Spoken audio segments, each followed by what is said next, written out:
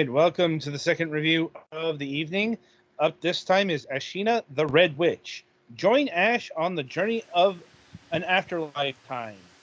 Travel to a mysterious spirit world filled with strange creatures, interesting characters, and memorable moments. Ash must find her way back home to save her sister from the powers that be. Right. Ashina the Red Witch is an exploration based story adventure game. Use items to solve puzzles, as well as to talk to many other characters to help dig into the story even further. Um, so, this game was given to Petty for review. So, over to him for the details. So, do you like Studio Ghibli's Spirited Away? Because this is I basically do. this with the serial numbers filed off. Hmm. And more pixels. Yes.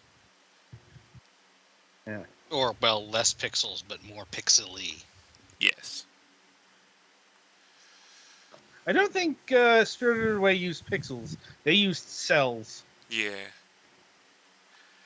Fair. But yeah, this has a very high amount of thematic similarities to that movie. So, Duly noted. as far as gameplay, it's your standard adventure type game where you just kind of rub things on things until thing happens. So it's like a point and click adventure game and not a Zelda game. Kind of point and click, only you can still move around with the joystick or mouse and keyboard. But there isn't really any, action that I've seen. Okay.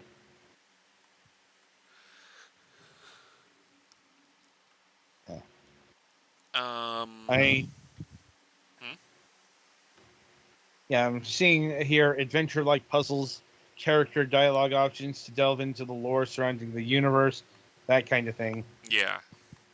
Your standard fare with these games. I will say, at least for me, the music was kind of bugged out and kind of sounded like it was being streamed through a old telephone can, through a tin can, back through another telephone to my headset. It sounded awful.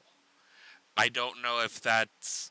Cause I think I've had issues with Grab the games before, and something about the way they process audio with their engine doesn't like my setup. So that's something to, I guess, keep in mind.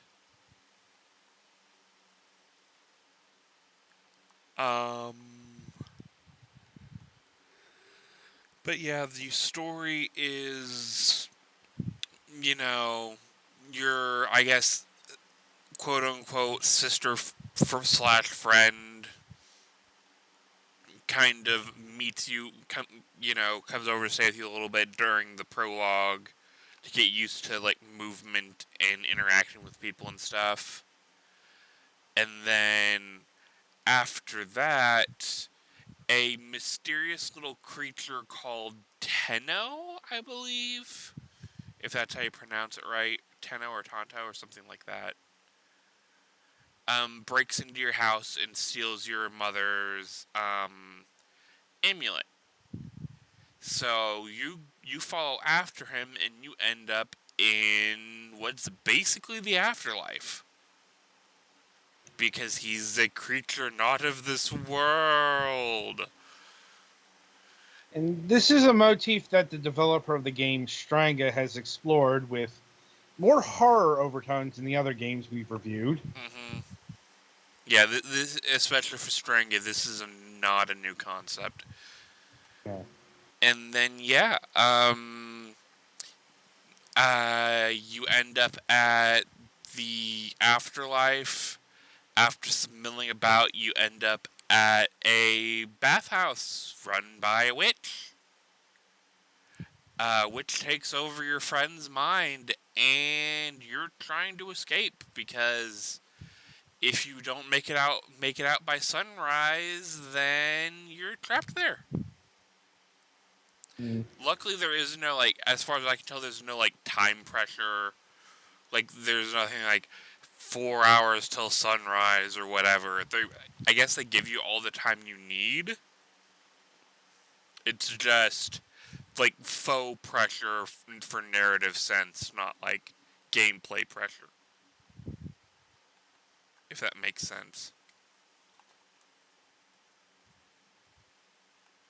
Any questions, comments, concerns? No, nothing comes to mind. Do you just go where you get told, or is there much like actual exploring and stuff? As far as I can tell, it's go where you're told, pretty much. Like, there's some, like, a little bit of free-forming around to, like, try and figure out some of the puzzles. But they're generally, like, one-solution type puzzles where, you know, it'll basically tell you if you're doing it right without telling you if you're doing it right, if it makes sense. Like, dialogue boxes will appear in places that they should to progress.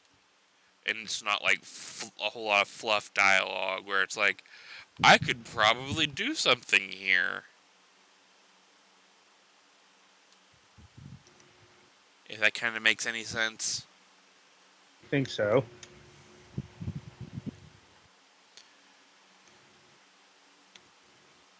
So yeah. Anything else? Or do we want to get to pricing? I think we'll get to pricing here. So the game ordinarily clocks in at $9.99. Okay. It is on special promotion until July 29th for $4.99.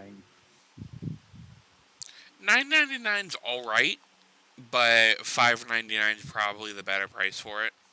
Mm-hmm. But like, if you've played other String games, definitely get this one on a sale. If this is your first experience, $10 is alright. It also means it's a larger game than, say, Red Bow. Yeah. You know, or Just Ignore Her, or them. Yeah.